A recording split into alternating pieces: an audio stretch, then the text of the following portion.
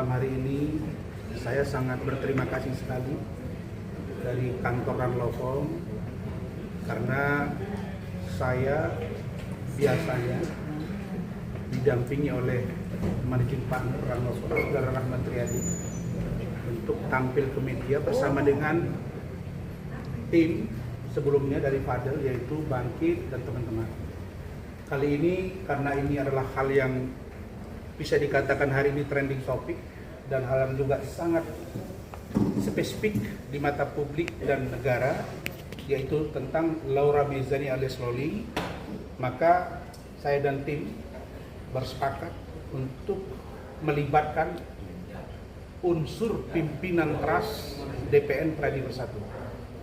Yang ini hadir bersama kami Bapak Lecumanan SHMA sebagai Waketum, dan juga Pak Tobi, serta Pak Sekjen, Pak Ade Dermawan, di bawah koordinasi Ketum Pak Zeprin, serta Pak Tony Wicandres, Bu Anggreni. Kemudian ada Bu Anggreni dan Ibu Elida Neti, lalu kemudian tim yang lain Saudara Wafi. Teman-teman semua, saya juga selaku ketua tim mengapresiasi yang setinggi-tingginya tentang apa yang saya sampaikan tadi siang, bahwa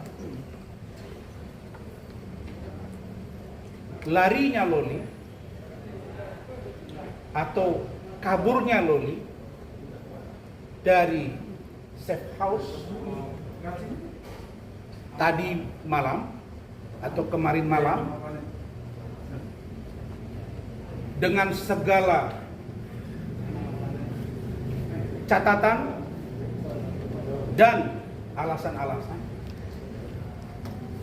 itu telah kami sampaikan kepada lembaga terkait dan direspon sangat positif. Bahkan saya tidak menyangka, tidak menduga ada Pak Lecumanan, ada Bung Rahmat itu menyaksikan sendiri bahwa hari ini bukan saja PPA Unit Polres Metro Jakarta Selatan, bukan saja PPA di unit Polda Metro Jaya, tapi PPA tingkat di PPA Bariskrim Mabes Polri. Jadi dari unsur kepolisian hari ini turun ke 3 instansi ini dengan tingkatan-tingkatan. Gitu ya Pak Reju ya? Ya. Saya appreciate. Kenapa? Karena itulah yang kami harapkan.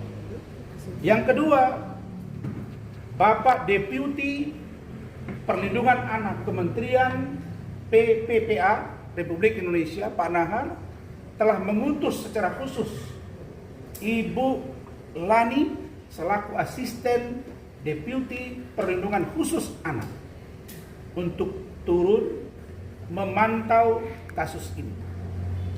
Begitu juga dengan Komisi Perlindungan Anak Indonesia KPAI juga sudah turun, ditambah dengan perwakilan UPT atau safe house sendiri. Apa itu? Bahwa kita sepakat Loli tidak lagi ditempatkan di safe house. Karena safe house dengan segala catatannya dianggap tidak tepat saat ini, dan kita tidak juga bisa menuduh apa yang disampaikan Loli itu benar, tapi setidaknya menjadi pertimbangan bagi kami demi keselamatan Loli sebagai anak dan yang harus ditanggungjawabkan negara sampai dia berumur 18 tahun, yaitu 4 bulan dari sekarang. Nah, karena itu untuk kali ini saya terima kasih kepada negara yang telah hadir menangani kasus ini. Pertanyaannya, di manakah Loli akan berada? Loli akan berada di satu tempat yang tidak bisa diintervensi oleh siapapun, termasuk Nikita Mirzani. Dan permintaan Loli bahwa dia tidak mau bertemu dengan ibunya atau Nikita Mirzani juga dikabulkan oleh lembaga dan institusi terkait yang telah rapat pada hari ini, termasuk Polres Jakarta Selatan. Jadi setelah nanti di sana, saya sebagai perwakilan dari Loli yang diminta oleh Loli, maka akan ada ruang bagi saya dan keluarga untuk melihat dia secara berkala dan akan menanyakan perkembangannya. Dan tempat dimaksud amat sangat baik, kompeten, dan sangat aman. Nah, di mana tempatnya saya tidak bisa ungkap karena itu adalah pertimbangan khusus dari lembaga. Saya terima kasih. Nah, tentang Nikita Mirzani yang telah menganiaya saya tidak mungkin berdiam diri. Saya telah membentuk tim dan menunjuk Pak Lecumanan sebagai ketua, dibantu wakil ketua Saudara Abdul Hadi, dibantu Bung Tommy, Pak Bu Ida dan teman-teman serta Rahmat untuk memproses kasus ini, karena saya merasa bahwa apa yang dilakukan ini sangat tidak pantas dan saya membela anaknya yang telah diurus oleh negara berbulan-bulan. Untuk itu sikap yang tegas dan bagaimana strategi ke depan terkait dengan Nikita Mirzani ini, saya persilakan kepada Pak Lecu untuk menyampaikannya. Baik, saya Pradi Bersatu ya, dari Pradi Bersatu ya, di mana Bang Rasman itu adalah kader kami ya. Ini hari ya, saya mau tunjukkan sama Indonesia, seluruh Indonesia, ini Bang Rasman ini bela orang benar. Kenapa sampai Loli itu bisa lari dari safe house? Berarti kan sudah sangat terancam. Artinya tidak nyaman lagi sampai dia kabur nyarinya Bang Rasman. Dan Bang Rasman tuh hadir itu untuk bela dia. Jadi untuk Nikita ya, mohon maaf ya Nikita ya. Ini kamu yang melakukan pemukulan terhadap Bang Rasman ya, kamu akan tunggu tanggal mainnya. Ya, kita akan diperiksa di Polres Jakarta Selatan hari Senin. Oke? Saksi pelapor kita periksa, korban semua kita periksa ya. Kau tunggu ya Nikita panggilan dari Polres Jakarta Selatan. Saya pastikan pasal 351 akan mengancammu. Oke? Itu dari saya. Oke? Kemudian Bung Tommy ada pesan lanjutan? Ya, kalau kita lihat ya dari kronologi ceritanya Bang Rasman ya, ini kan bentuk dari penganiayaan ya. Penganiayaan ini kan unsur-unsurnya sudah jelas. Jadi artinya kasus ini dikawal oleh semua ya, netizen dan semua rakyat Indonesia melihat ini. Tentunya kalau kita lihat di sini unsur yang sudah masuk seperti ini, harusnya kita mengawal kasus ini sampai dengan proses terakhir ya, artinya proses tersangka nanti ya. Ini kita akan kawal kasusnya Bang Rasman ini karena nggak ada ruang lagi bagi orang yang menganiaya, menghujat dan menghina ya. Itu yang terpenting. Baik, silakan Bung Rahmat sebelum ke Bu Ida. Oke, baik teman-teman media, terima kasih banyak sudah mengikuti perkara ini dari tadi malam. Luar biasa sekali, hampir 24 jam teman-teman standby di Polres Jakarta Selatan. Pertama, saya mau menyampaikan informasi dulu sedikit tentang tadi ada perbincangan kami sedikit dengan saudara Loli atau LM. Seperti yang Pak Rasman tadi sampaikan, bahwa tidak ada skenario apapun dari Ran Lofom, apalagi dari Pak Rasman secara pribadi terkait dengan kaburnya saudara Loli. Dan itu tadi Loli sampaikan secara terang kepada saya. Kemudian saya tadi sempat bercanda dengan Loli, oleh karena Loli mengatakan, pertama saya menyampaikan bahwa Loli, kalau seandainya kamu akan dibawa kembali ke safe house, gimana kira-kira? Loli menyatakan di situ, Om, saya tidak mau lagi di safe house karena saya di dalam safe house itu disamakan atau disatukan dengan ODGJ, anak umur 14 tahun yang mengidap HIV, dan saya sangat takut dengan kondisi itu. Om, kalau seandainya itu terjadi, saya mohon kepada orang umum semuanya, ajukan saja permohonan ke pengadilan agama untuk saya diadopsi. Lalu saya bertanya, siapa kira-kira orang tua yang pengen untuk kamu diterimanya berikutnya di antara semua ini? Loli secara tegas mengatakan, saya mau bersama Pak Rasman. Artinya memang kami tidak ada membuat skenario apapun, tapi ini murni karena kemanusiaan. Tadi malam tidak bisa dihubungi, Iya. dia tidur. Saya tadi malam ada sekitar 20 kali ditelepon oleh Pak Rasman dan tim dari sekitar jam 11:30 sampai dengan pukul 3. Dan mohon maaf, itu memang karena handphone saya setiap jam 11 malam itu di mode tidur. Jadi memang tidak ada pemberitahuan lagi di atas jam segitu. Nah, memang sekitar pukul subuh saya langsung hubungi Pak Rasman dan bersiap untuk merapat ke sini. Jadi begitu kondisinya teman-teman semuanya, tidak ada skenario apapun terkait dengan kondisi yang ada hari ini. Dan kami menyatakan dengan tegas bahwa hari ini kita harus bersama-sama untuk menyelamatkan Loli. Apapun cerita, Loli ini masih anak-anak, LM ini masih anak-anak. Artinya untuk tumbuh kembang dia ke depan, dia harus mendapatkan perhatian, dia harus mendapatkan kebahagiaan, dia harus mendapatkan pendidikan yang selama ini tertunda. Dipecat dari sekolah. Dan dia itu pulang ke Indonesia itu karena dia dideportasi, karena dia diberhentikan dari sekolahnya. Nah, ini yang tidak pernah dipikirkan oleh Nikita Mirzani gitu. Bagaimana masa depan LM dengan kondisi yang begini? Masih saja dia menyebarkan fitnah tentang LM, masih saja dia memaksa LM supaya berada di safe house, tidak mencari solusi. Padahal saya melihat dan teman-teman tim hukum semua melihat, ini adalah hal sederhana untuk menyelesaikannya. LM hanya perlu datang ke tempat Pak Rasman, menyampaikan kondisinya dan bercerita dan meminta maaf gitu. Dan meminta maaf kepada Loli sendiri gitu. Saya pikir ini bisa diselesaikan. Tapi dengan kondisi LM yang tadi NM yang tadi malam sangat arogan.